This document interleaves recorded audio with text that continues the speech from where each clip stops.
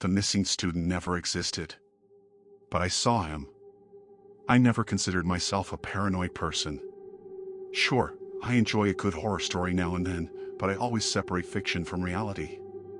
At least, I did until last semester, when I met the student who never existed. It started innocently enough. I was in my third year at Pine Hill University, a quiet campus nestled between dense forests and an old, misty lake. The university had its share of ghost stories, but I never took them seriously. That was until Daniel Cartwright went missing. Daniel was an exchange student, or so everyone thought. He had an odd way about him, soft-spoken, always a little out of place, as if he wasn't used to being around people. I first noticed him in my philosophy of time class. He would sit in the last row, always scribbling furiously in a notebook. I tried talking to him a few times, but he only gave vague, cryptic answers. One night, I saw him standing near the library, staring at the clock tower. I asked him if he was okay. He turned to me, his eyes wide with something between fear and revelation. "They're watching," he muttered. "I don't belong here. And soon, neither will you." I laughed nervously and asked what he meant, but he just shook his head and walked away. The next morning, I arrived at class to find an announcement from our professor: Daniel Cartwright was missing. A search was conducted, but no trace of him was ever found. His dorm room was empty, as if he had never lived there. The strangest part? When I asked the professor and other students about him, they looked at me in confusion. "Who's Daniel Cartwright?" my friend Emily asked. "The guy in the back row," I insisted. "Always writing in his notebook." She frowned.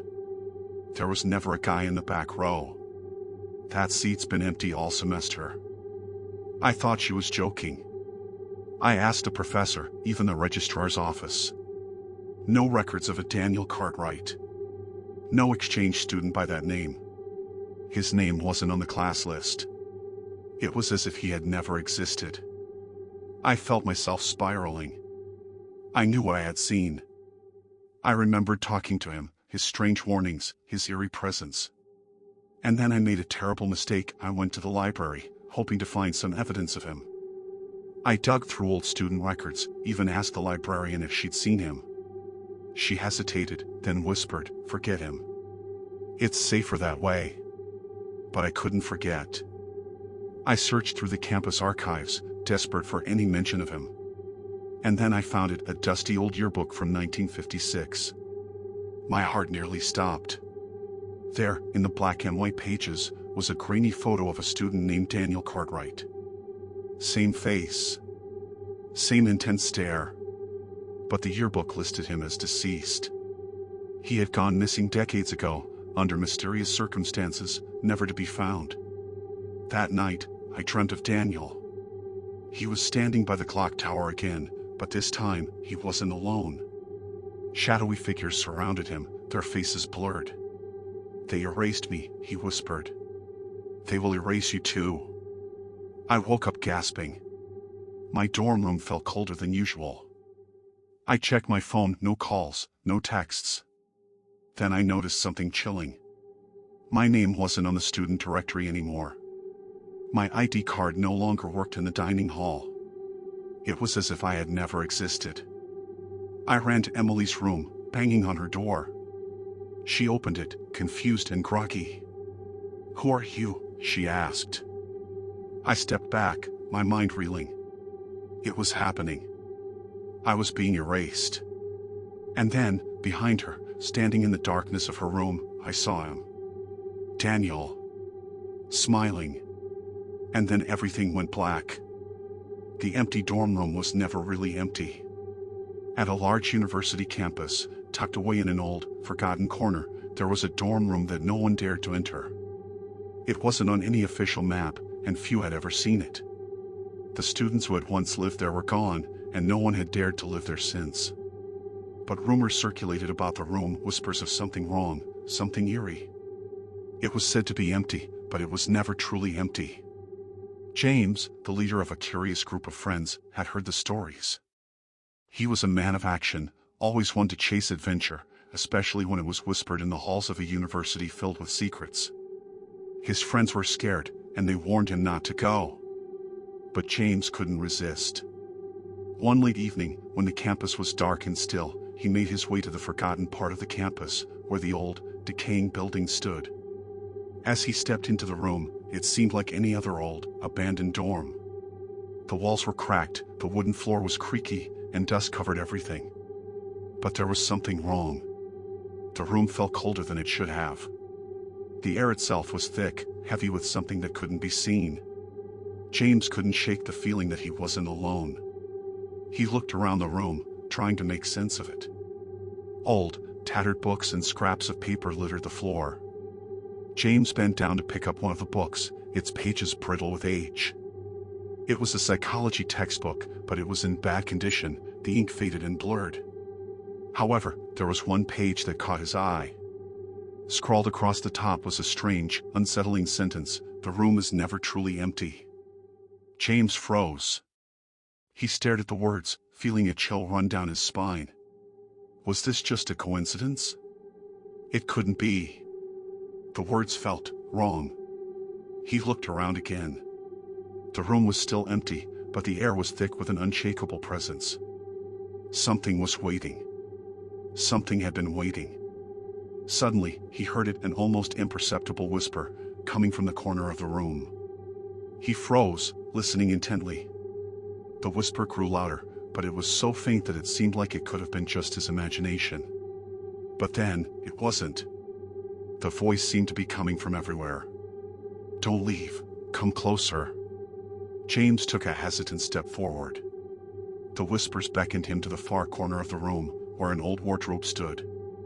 The wardrobe was partially open, and inside, it was pitch black. James approached it slowly, feeling as if something were watching him. He reached out, his fingers brushing the edge of the door. The door creaked open wider, and a photo fell out from the wardrobe's dark recesses. It was an old photograph, yellowed with age. The picture showed a group of students who had lived in this very dorm room years ago. They were laughing, posing for the camera, but their faces were obscured, blurry, distorted. James' heart raced as he stared at the photo. He could feel the hairs on the back of his neck standing up. There was something wrong with the faces in the picture. But then, the most terrifying thing happened. The faces in the photo began to shift, subtly, their features becoming clearer. The eyes in the photo were looking directly at him, as if they were aware of his presence. He dropped the photo, his hands shaking.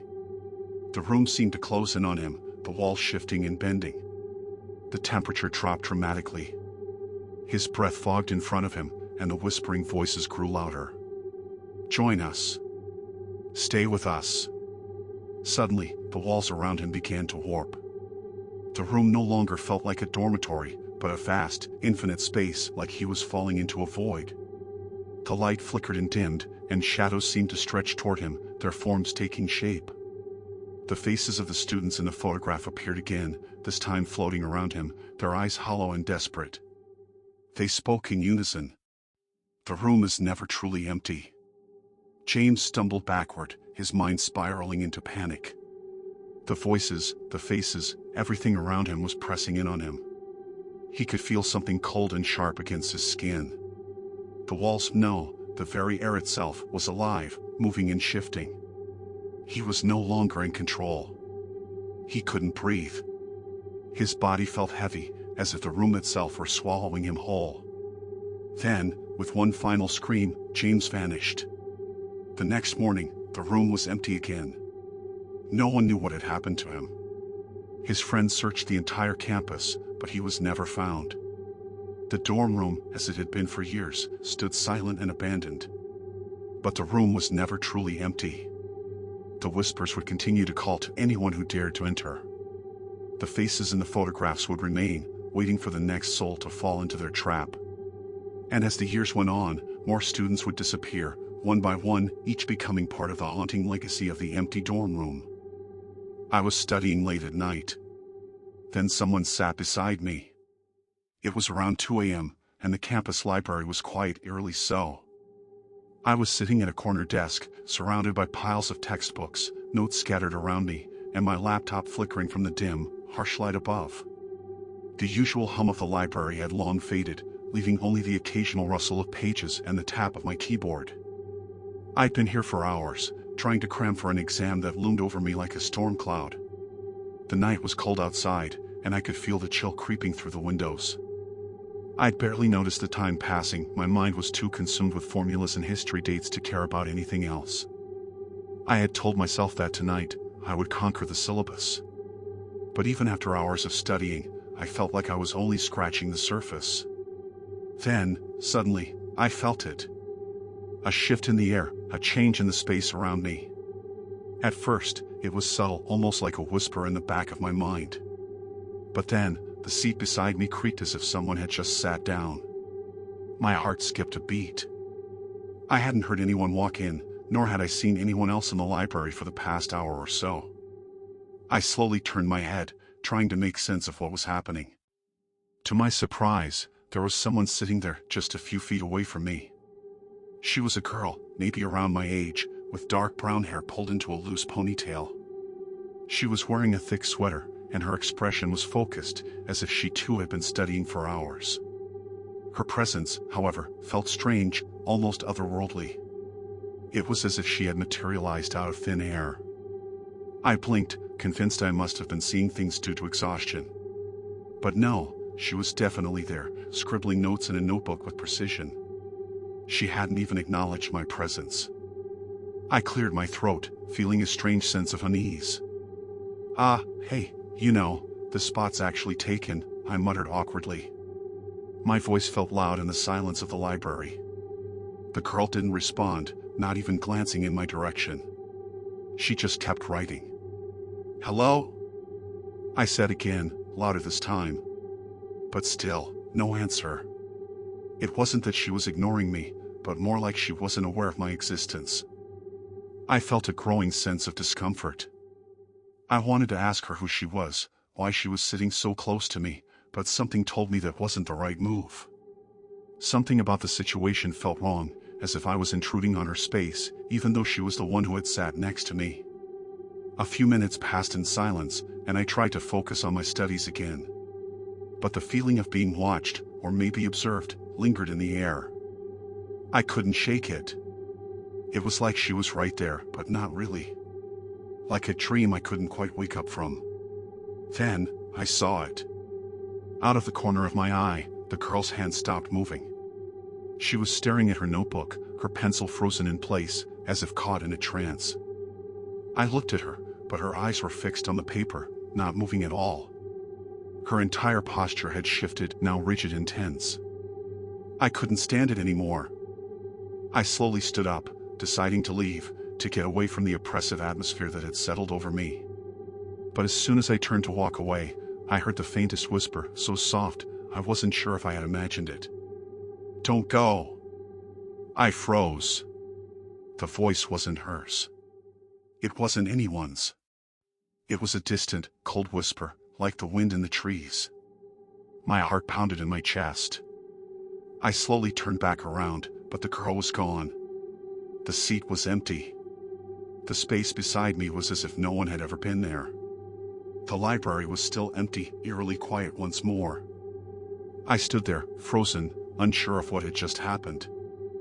I felt dizzy, my mind racing to make sense of it. Had I imagined it all? The girl sitting there, the whisper, her strange behavior, it all felt like a dream, but I knew I hadn't been dreaming. I quickly grabbed my things, my hands trembling, and left the library as fast as I could. The cold night air hit me like a slap in the face, but I welcomed it, anything to break the fog that had descended over me. As I walked home that night, I couldn't stop thinking about what had happened. Who was she? Was she even real? And why had I felt such a sense of dread when she sat next to me? I didn't know, and I didn't want to know. The next day, I returned to the library, trying to push the strange encounter to the back of my mind. But when I entered, I was greeted by the same stillness. And that's when I noticed something chilling, a small, handwritten note on the desk where I had been sitting the night before. It read, "You shouldn't have left." The handwriting was neat, elegant, but I knew I hadn't written it. No one else had been in that corner the night before, at least, no one I had seen. I left the library once more, this time with a sense of finality. Some mysteries are best left unsolved. You should never go to the school basement, something's down there. The rumors started years ago. Every school has its ghost stories, but this one felt different. More real. More sinister. Never go to the basement, they whispered. Something's down there. At first, I thought it was just another stupid myth to scare the freshmen. But then I started hearing the stories. Kids who had gone down there alone and came back, different. Some never spoke about it. Others transferred schools without explanation. One kid, Jason Carter, vanished entirely. The school said he moved away, but his best friend swore he saw Jason step into the basement one afternoon and never come out. I never cared about any of this until my best friend, Mark, disappeared. It was a Friday afternoon when it happened. Mark, David, and I were sitting in the cafeteria, joking about the dumbest school rumors. Mark, always the fearless one, scoffed at the basement story. Seriously? You guys actually believe this crap? He laughed. David shrugged. I mean, Jason Carter never came back. Mark rolled his eyes. Maybe he hated this school and left. Then why did his locker stay untouched for months? I asked. Why did his parents move without saying a word? Mark leaned in, grinning. Tell you what, I'll go down there right now and prove it's all BS. Mark, don't, David said quickly. His face had gone pale. No one's supposed to go down there. They keep it locked for a reason. Mark stood up, completely ignoring him. Then I'll break in. I should have stopped him. I should have said something. But Mark was already walking away, heading towards the old rusted stairwell at the end of the hall. That was the last time I ever saw him. The next day, Mark didn't come to school. I called him. No answer. His parents? Gone. His entire house looked abandoned, as if no one had lived there in years. David and I knew something was wrong. That night, we made a plan. We would go down into the basement and find out what happened to Mark. At midnight, we snuck into the school. The halls were eerily quiet. The janitor's office light was on, but no one was inside. We found the basement door. It was unlocked. The air smelled wrong, stale, like rotting wood and something else, something metallic. Blood? I pulled out my phone and turned on the flashlight. The steps creaked as we descended. The basement was deeper than I expected, the stairs going far beyond what should have been possible. Then we saw them. Scratch marks. Deep, desperate claw marks running down the walls, as if someone or something had tried to escape. David stopped. I don't think we should be here. But I kept going. I had to find Mark. Then we reached the bottom. And we saw it. The basement wasn't empty. It stretched out into a massive underground chamber, lined with old lockers covered in rust. But that wasn't the worst part. In the center of the room stood a door. It was metal, covered in strange symbols, its edges stained dark red. The stench of blood was overwhelming. Something knocked from the other side. David grabbed my arm. Dude, we need to leave. Now. Then we heard it. A whisper. At first, I thought it was Mark's voice. Help me. I ran forward. David screamed, stop, but I was already reaching for the handle. The second my fingers touched the cold metal, something pulled me in. The room was endless darkness. Cold. Suffocating. My flashlight barely illuminated anything. Then I saw them. Eyes. Hundreds of them. Watching me. Staring from the darkness. Some were human. Some were not. And then I saw him. Mark. Hunched in the corner, his body shaking, whispering something over and over. It sees us. It sees us. It sees us. I ran to him. Mark. We have to go. But the moment I touched him, his head snapped up. His eyes, black, empty pits, locked onto mine. And he screamed. The darkness rushed in. I felt something cold grab my legs. Then my arms. The eyes multiplied, swallowing me whole. The last thing I saw before I blacked out was a tall, twisted figure standing behind Mark. Watching. Waiting. Smiling. I woke up in the janitor's office, covered in dust, my clothes torn. David was shaking me awake. "Dude, we have to go," he yelled. I barely made it to my feet before we ran. We burst out of the school, gasping for air, as if we had been underwater for hours. Mark was gone. No one ever spoke about him again. His house disappeared. His parents never existed. The school acted as if he had never been a student. David and I tried to tell people, but no one believed us. Then, a week later, David vanished too. Who was that shadow wandering the campus at midnight? It was just past midnight on a chilly autumn evening when the last echoes of footsteps faded into silence on the old university campus. The air was crisp, and the leaves rustled under the weak glow of streetlights. The university, a sprawling, ancient establishment with ivy-covered walls, had always been known for its history, its mystery, and its oddities, its long corridors, cryptic legends, and the countless stories of strange occurrences that students and faculty alike had whispered about for generations. But tonight, something felt different. Sarah had just left the library, her mind swirling with the latest research for her thesis. She'd been spending countless hours in the dimly lit, musty hall, trying to make sense of theories that seemed to contradict one another. Exhausted but eager to get back to her dorm, she briskly walked down the empty pathway that cut through the heart of the campus, a well-worn shortcut that saved her time. It was then she saw it. A shadow. At first, she thought it was just a trick of the light or perhaps a leaf caught in the wind casting an eerie shape against the stone building. But the more she looked, the more real it became.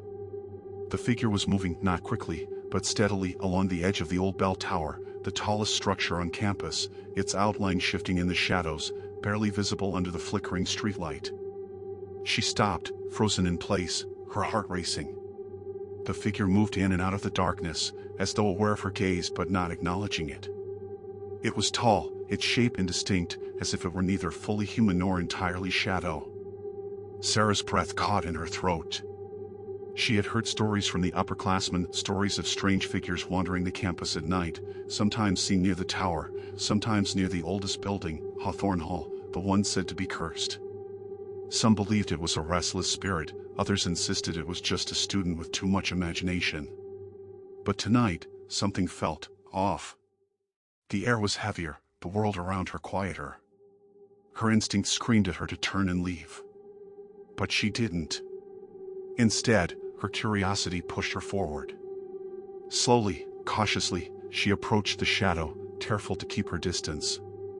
As she neared the bell tower, the figure seemed to vanish into the darkness near the old stone steps. She blinked in confusion. Had it disappeared? Or had she simply imagined it? Her pulse quickened. Then, a sound soft, like a whisper, reached her ears. A voice, faint and distant, as though it were carried on the wind. "Help me." It was barely audible, and Sarah wasn't sure if she'd even heard it at all. Yet, something in the pit of her stomach told her that the voice was not just a figment of her imagination. It was a plea.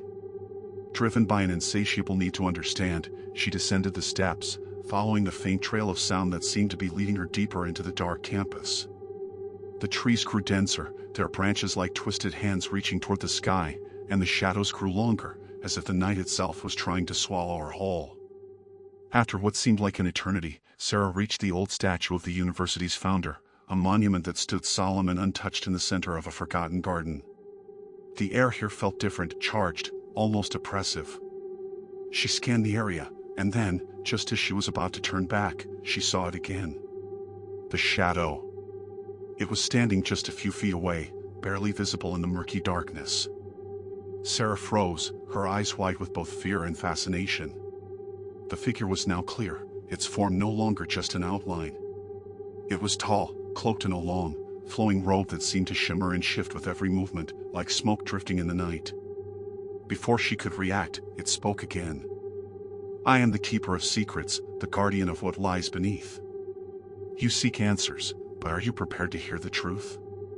The words sent a chill down her spine, and despite every rational thought telling her to run, Sarah found herself nodding.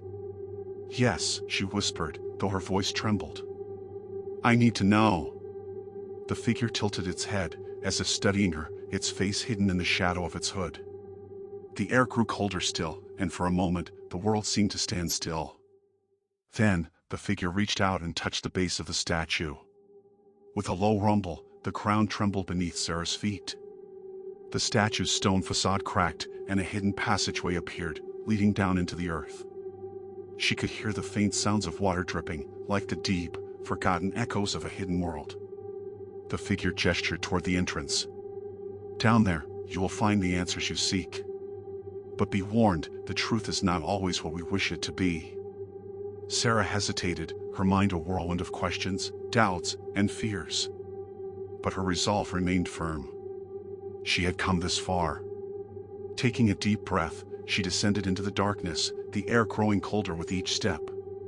The passage seemed to stretch on forever, winding deep beneath the earth, until she reached a cavernous room where dimly glowing symbols lined the walls. There, in the center of the room, lay an ancient tome, its pages worn and fragile, as though it had been waiting for someone waiting for her. As she opened the book, the words seemed to pulse with life, the ancient script shifting before her eyes. She could barely understand the language, but it felt familiar, as if it were part of her, part of something she had always known.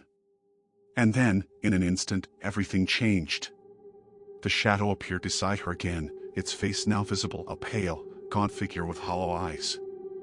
It was not human, not entirely. But it had once been. This is the curse of the university, it whispered.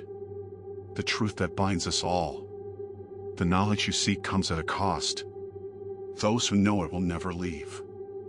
A cold wave of realization hit Sarah. The shadow wasn't a ghost, it was a warning, a keeper of forbidden knowledge, bound forever to the campus. The truth she had sought was far more dangerous than she could have imagined. With a sudden jolt, she slammed the book shut. The shadow recoiled, and the room began to shake, the walls crumbling around her. She ran through the dark passages, up the stairs, and back into the night. When Sarah finally emerged back into the cold, empty campus, the shadow was gone. But the truth it had shown her would stay with her forever. And so, the next time someone spoke of the wandering figure, the shadow at midnight, she would know the truth. It wasn't just a ghost. It was the keeper of forgotten knowledge, the guardian of the campus's deepest secrets, secrets that no one was ever meant to uncover.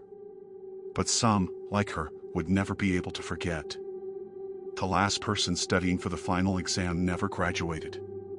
At Holloway University, a centuries-old institution nestled in the heart of New England, legends whispered through the ivy-covered halls.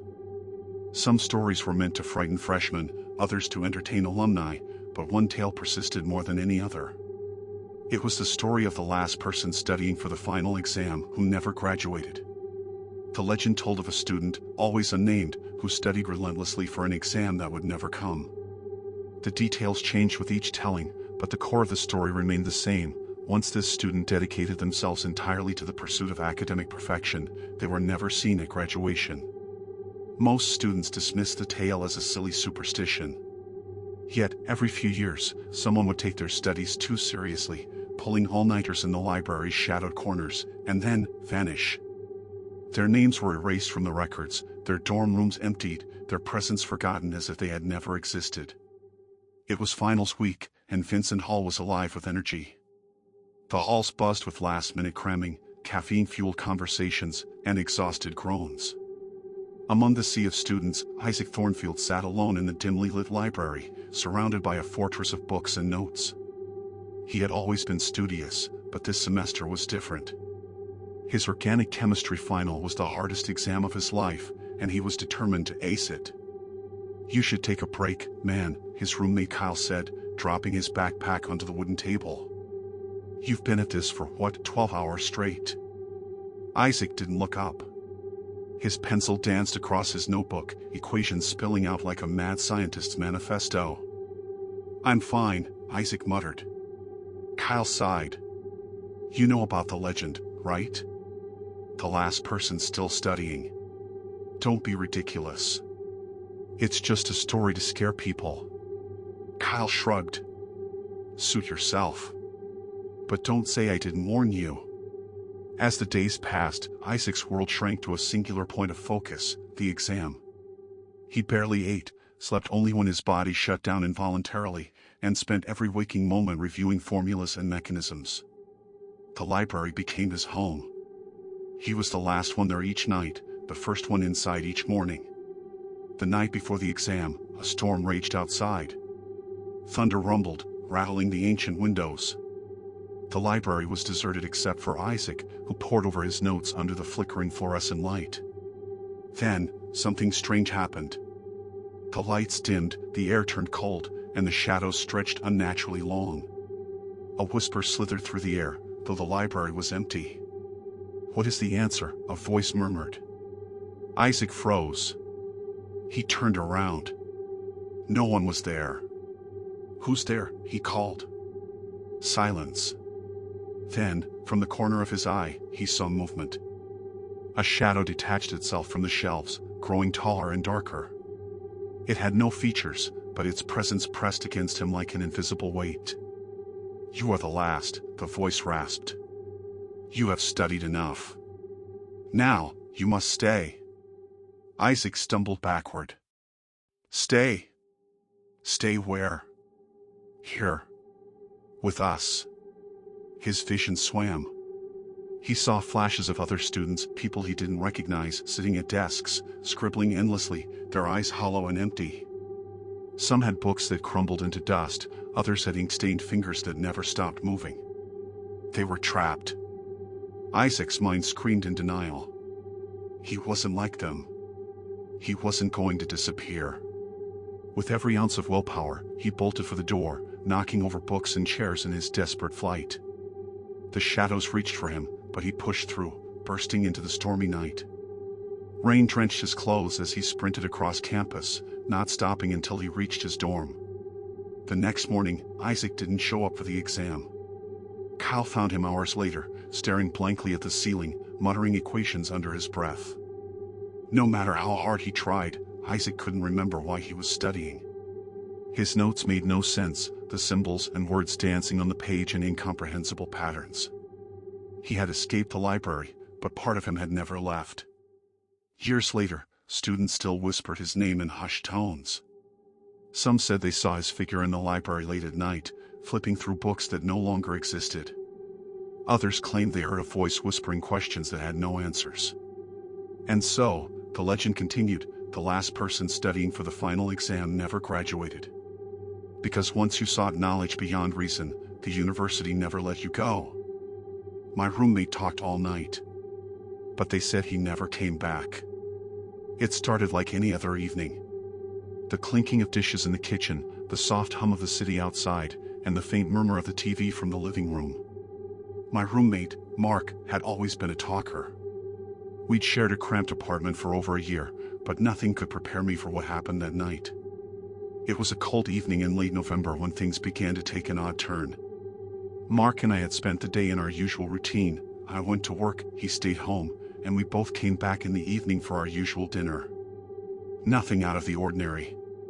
However, something about that evening felt different.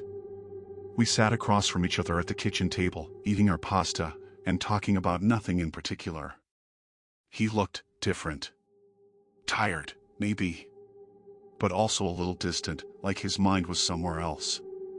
His eyes had a weird glaze to them, but when I asked him if everything was okay, he dismissed it with a casual "I'm just tired." We finished dinner, and Mark, as usual, retired to his room. I thought nothing of it. I took a shower and read a few pages of a book before heading to bed myself. But then, around 11:30 p.m., I heard it. It started as a low murmur, coming from his room. At first, I thought it was just him on the phone, maybe chatting with someone, but as the minutes ticked by, it became clearer that he was talking to himself. Or at least, that's what I thought. I tried to ignore it at first. Mark had a habit of talking in his sleep, but this was different. His words were clear, too coherent to be sleep talk. I could make out snippets of the conversation. "It's too late, you don't understand, and I never wanted this." His voice sounded frantic, almost pleading. It wasn't like him at all. Mark was always calm, collected. He never seemed like the type to have such intense conversations, especially with no one in particular. I tried to go to sleep, but it was impossible. His voice continued, rising and falling in intensity. Hours passed, and he didn't stop. I lay there, frozen in bed, listening intently, but I couldn't make sense of it. Was he on the phone? Had something happened? I didn't know, but I couldn't shake the feeling that something was off. Around 3 a.m., I couldn't take it anymore. I got up, dressed, and knocked gently on his door. "Mark?" I called softly. "Are you okay?" The talking stopped. For a moment, there was silence. I waited, my hand still resting on the doorframe. And then, through the crack in the door, I heard a faint rustling sound, like something moving, but no response. I knocked again, louder this time. "Mark?" The door creaked open slowly. I stepped back, expecting to see his tired face, maybe a bit annoyed at being woken up. But there was nothing. The room was empty. Confused, I looked around. Mark's bed was untouched. His desk was neat, no sign of anything being out of place. But it was strange. The room didn't feel empty. It felt off, like it was somehow suspended in time, like something was wrong but couldn't quite be named. I checked the apartment, even went downstairs to see if he was outside or in the building somewhere, but he wasn't. I called his phone, and it rang without answer. I left him a message, asking if everything was all right. Morning came, and still no sign of Mark. I thought maybe he'd gone out early or to meet someone. But then the building manager called. "I'm sorry to disturb you," he said, "but I was just looking over the apartment records. It seems there's been a mix-up. Mark doesn't live here anymore." I was taken aback. "What do you mean?" "Mark's been my roommate for over a year. He was just here last night." The manager hesitated. "No, I'm afraid not. According to our records, Mark moved out months ago. He left no forwarding address, and we haven't heard from him since." I felt a wave of panic. "That's impossible. I saw him just last night. He was right here, in the apartment. We had dinner together." The manager was silent for a moment. Then, his voice dropped. "I'm sorry, but there's no record of anyone named Mark living there. Are you sure you didn't just imagine it?" I was speechless. I stood there, the phone in my hand, my mind racing. The conversation I heard, the dinner we'd shared, his voice in the night, was it all just a dream? But it didn't feel like it. I knew what I had experienced. As the day passed, the oddities didn't stop. I looked through the apartment, found his things still scattered about, his jacket hanging on the coat rack, and his shoes by the door. But no trace of him. Not a single message or hint of where he had gone. I even went to the police, hoping they could help, but they looked at me like I was crazy. No one could find any record of Mark ever living with me. The more I tried to convince myself it was just a strange misunderstanding, the more I realized something much more unsettling was happening. Days turned into weeks, and I still heard his voice. Sometimes it was faint, like a whisper on the wind. Other times, it was louder, clearer, and almost as if it were in the room with me. He would speak in a language I didn't understand, and I couldn't escape it. One night, a month later, I went through the apartment one last time, searching for any clues. I opened the closet in Mark's room, and that's when I found it, a small, black notebook wedged between the floorboards. Inside, the pages were filled with strange scribblings, half-formed sentences, and cryptic notes about time, reality, and the door. I stared at the pages, my heart racing. The last entry was the most chilling. "The door is always open. He will never come back." I don't know what happened to Mark, or what I really experienced that night. But now, when I'm alone in the apartment, I still hear his voice sometimes. And every time, It reminds me that whatever happened, Mark never really left, at least not in the way I thought. Why do the lights still turn on in the abandoned wing? In the forgotten corners of the old mansion, where dust hung in the air like an ancient spell and time seemed to stand still, there were whispers about the abandoned wing. It had always been the subject of hushed conversations, the kind that would send shivers down your spine, even if you didn't believe in ghosts. It was a wing that had been sealed off for decades, its heavy wooden doors barricaded with chains and old iron locks that no one dared to break. Yet, despite its abandoned state, there was one peculiar detail: the lights would still turn on, flickering to life in the dead of night, as if someone were still there. The mansion had once been a sprawling estate, the pride of the town, a grand structure with intricate tapestries, towering marble columns, and sprawling gardens that stretched for miles. But, as the years passed, tragedy struck. The last owner of the mansion, a reclusive aristocrat named Lord Malcolm Hargrave, had vanished without a trace. Some said he had gone mad in the isolation of the grand halls, his mind unraveling in the face of the grief that plagued him. Others whispered of darker forces at play. No one knew for sure, but after his disappearance, the mansion began to decay, its grandeur fading into the shadows.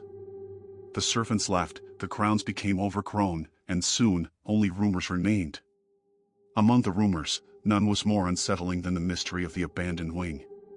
The locals would speak in low voices, recalling strange occurrences, footsteps echoing in empty halls, the scent of roses lingering even in the most desolate rooms, and, most perplexingly, the lights. They would blink on in the dead of night, casting eerie glows through the cracked windows of the deserted hallways. It was as though the mansion itself was trying to hold onto something, or perhaps, as if it was guarding a secret. Enter Isla Thornwood, a young journalist from the city, eager to uncover the truth behind the abandoned mansion. She had grown up hearing the stories, but now, as an adult, she found herself captivated by the mystery. Determined to put the rumors to rest, Isla arranged to spend a night in the mansion, to investigate the lights and discover once and for all why they continued to shine despite the abandonment. As the sun dipped below the horizon, Isla made her way through the sprawling grounds. The mansion loomed ahead, its silhouette dark against the evening sky, the wind rustling the dead leaves beneath her feet. She stepped inside, the creaking of the floorboards echoing in the otherwise silent halls. The mansion was still magnificent, albeit weathered by time. The walls were lined with grand portraits, their faces now faded and forgotten. It was a place that seemed to hold its breath, waiting for something. She made her way to the abandoned wing, the air growing colder with each step. The moment she reached the door, she felt a strange unease, a sensation that she wasn't alone. Her heart quickened, but she pushed the feeling aside, focusing instead on the mystery at hand. She fumbled with the old locks, the chains rattling as she struggled to open them. With one final effort, the door creaked open. Inside, the wing was as she had expected, dusty and dark, with faded wallpaper peeling from the walls. But then, as her flashlight flickered over the space, she saw it. The lights. They were on. The soft glow illuminated the room as if someone had just turned them on moments ago. Isla's breath caught in her throat. She ventured deeper into the wing, her footsteps tentative, the air thick with the weight of years of neglect. The lights cast eerie shadows across the walls, and Isla's mind raced with questions.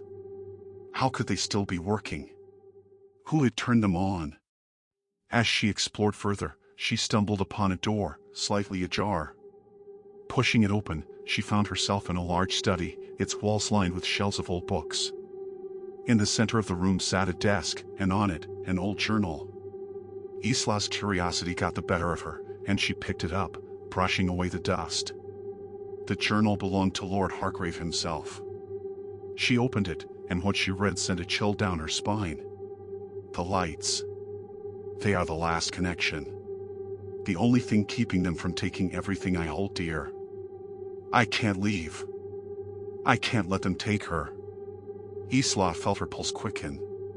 She flipped through more pages, each entry more cryptic than the last. The journal spoke of a woman, someone who had once lived in the mansion, a woman Lord Hargrave had loved deeply. But as the pages progressed, the entries grew darker. The woman had died under mysterious circumstances, and Lord Hargrave had become obsessed with keeping her memory alive. It seemed that in his madness, he had turned to dark rituals, hoping to bring her back. The lights, it seemed, were not just a simple malfunction.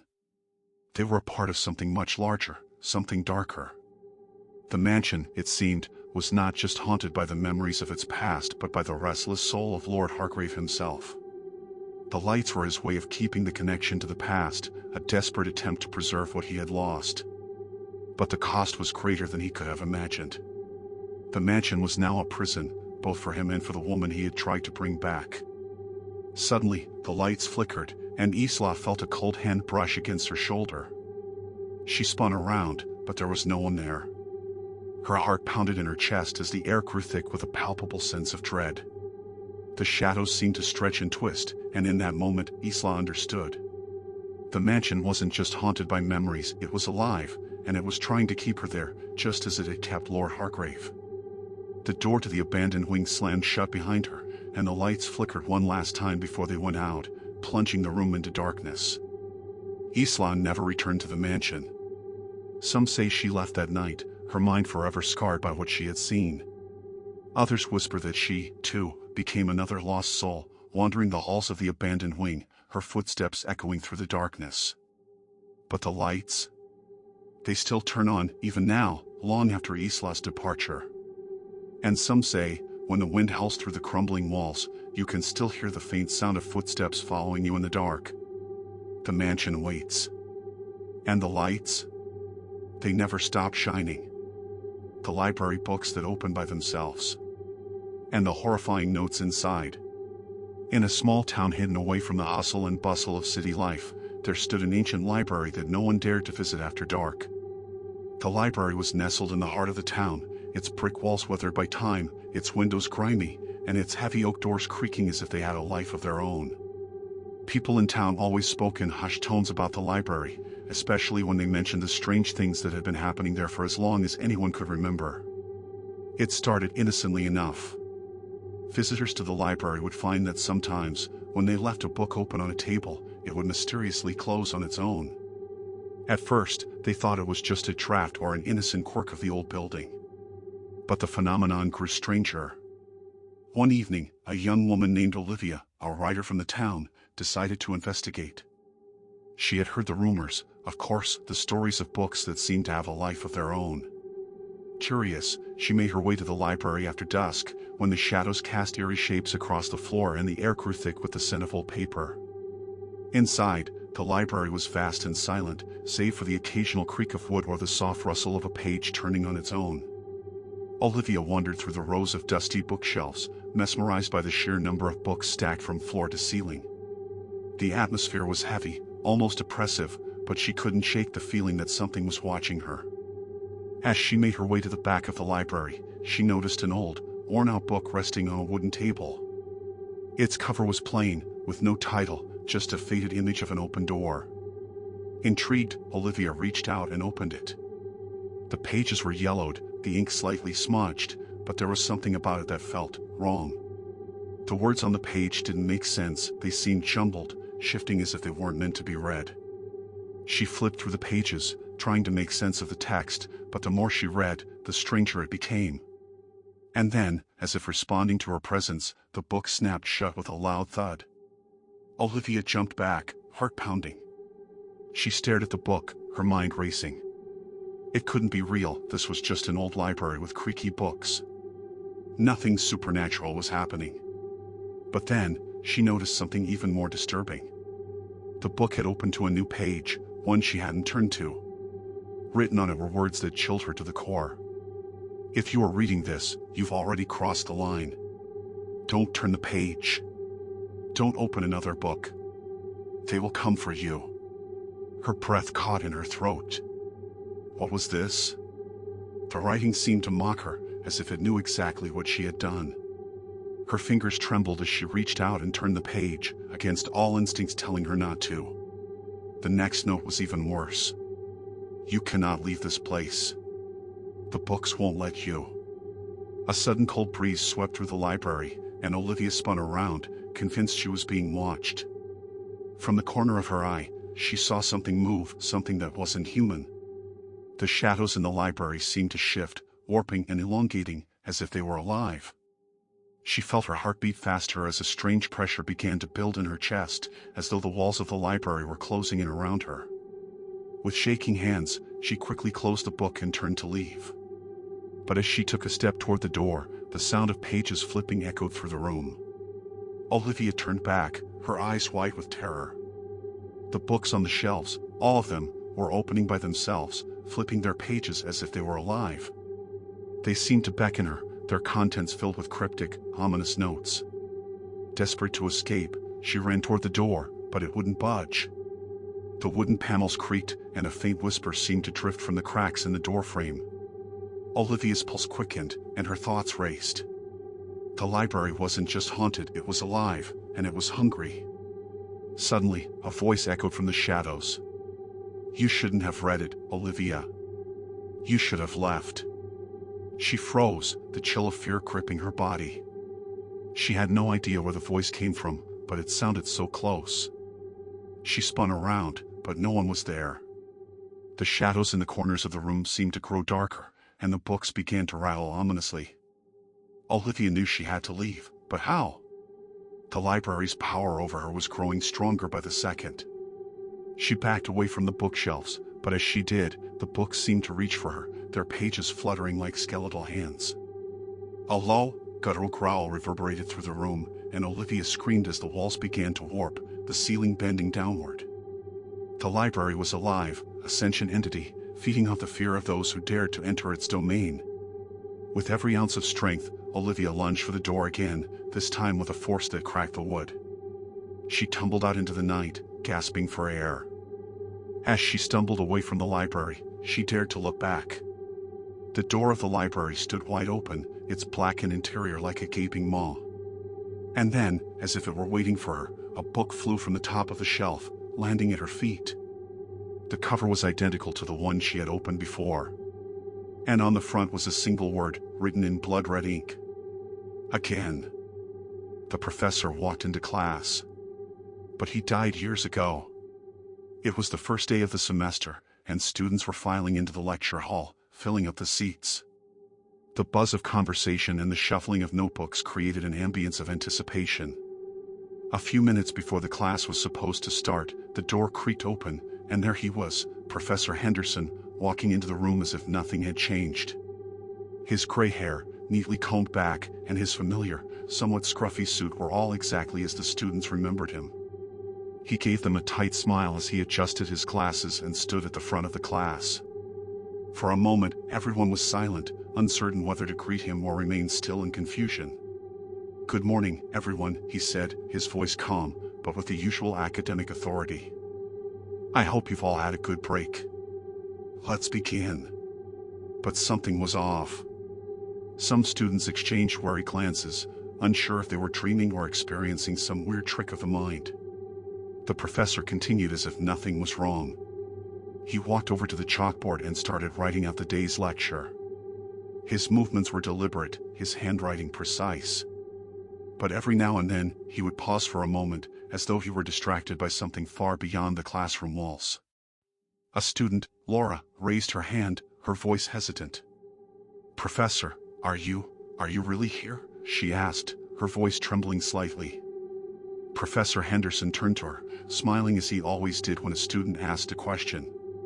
"Of course, Laura. What an odd question. It's the first day of class, after all. We wouldn't want to waste time with uncertainty, would we?" Laura's heart skipped a beat. She knew something was wrong. In fact, she knew for a fact that Professor Henderson had died 2 years ago, right after the previous semester ended. He'd been battling an illness for months, and there had been no mistaking the somber announcement. The news had left a profound impact on the entire university. He had been a well-respected scholar, a mentor to many, and the heart of the philosophy department. But here he was alive. Laura glanced at the other students, but no one seemed to share her shock. Everyone was still staring at the professor, taking notes, as if everything were perfectly normal. Had they all forgotten? Or were they playing along with some twisted joke? Her eyes darted back to the professor. His gaze, though warm, seemed to pierce through her, as though he knew exactly what she was thinking. It was unsettling. "Is there something troubling you, Laura?" he asked, his voice soft but with an edge of curiosity. "Professor, you died," she stammered, unable to hold back the truth. The class fell deathly silent. The air seemed to freeze, and for the first time, a ripple of unease spread through the students. Some glanced nervously at each other, unsure how to respond. Others remained frozen, staring at the professor in disbelief. Professor Henderson's expression didn't change. He merely adjusted his glasses, taking a slow step toward Laura's desk. "I assure you, I am not dead," he said calmly, as if discussing the weather. "Perhaps what you are seeing is an illusion or some sort of misunderstanding." "But how?" Laura whispered. "I saw the obituary. The funeral. We all attended. I saw you in the casket." Her voice broke. The professor's gaze softened. "Ah, yes. The body. The finality of death. It's a topic that has fascinated me for years. But what if that body was never truly me? What if I've simply found a way to return?" The room felt colder now. The students, who had been taking notes in a routine fashion moments ago, began to look increasingly uncomfortable. One by one, they stood up and began to leave the room, some muttering in confusion, others visibly shaken. But no one said a word. Laura, however, stood frozen. She couldn't bring herself to leave. She needed answers. She needed to know if this was truly the professor or something far more sinister. "Professor Henderson, what do you mean by that?" she asked, her voice barely a whisper. He smiled again, but there was something unsettling about the curve of his lips. "You see, Laura, death is not as final as people think. I've learned that. I've learned that the human mind can transcend the limitations of the body. Perhaps this form you see before you is just a vessel. A way for me to continue my work, to impart my knowledge to the next generation. I never intended to leave the world behind so abruptly. There's still so much to learn, so much to teach." Laura's mind raced. Could this really be happening? Could the professor have somehow returned from the dead? Or was there something more, something darker, at play here? Before she could voice another question, the room was empty. She was alone with him. The professor turned to face the chalkboard once again, continuing his lecture as though the past few minutes had never happened. As if nothing was wrong. She walked cautiously to the door, every instinct telling her to leave, but something compelled her to stay. As she turned to face him one last time, the professor paused, his back still turned to her. "It's not the end, Laura," he said, his voice low. "It's never the end." Suddenly, the classroom lights flickered. The professor's form seemed to waver, as though it was not fully solid. For the briefest moment, Laura thought she saw something else behind his eyes, something ancient, something not quite human. She backed away slowly, then turned and fled the room, her heart pounding in her chest. Outside the classroom, the world felt different. The sounds of the bustling campus, the laughter of students, the distant chatter, all of it seemed distant and faint. Had she imagined everything? Was she losing her mind? But she couldn't shake the image of the professor's eyes, staring into hers with a knowing, almost otherworldly gaze. He was back. Whatever had happened, whatever dark force had brought him back, she knew it wasn't over. The question now was, what would he do next?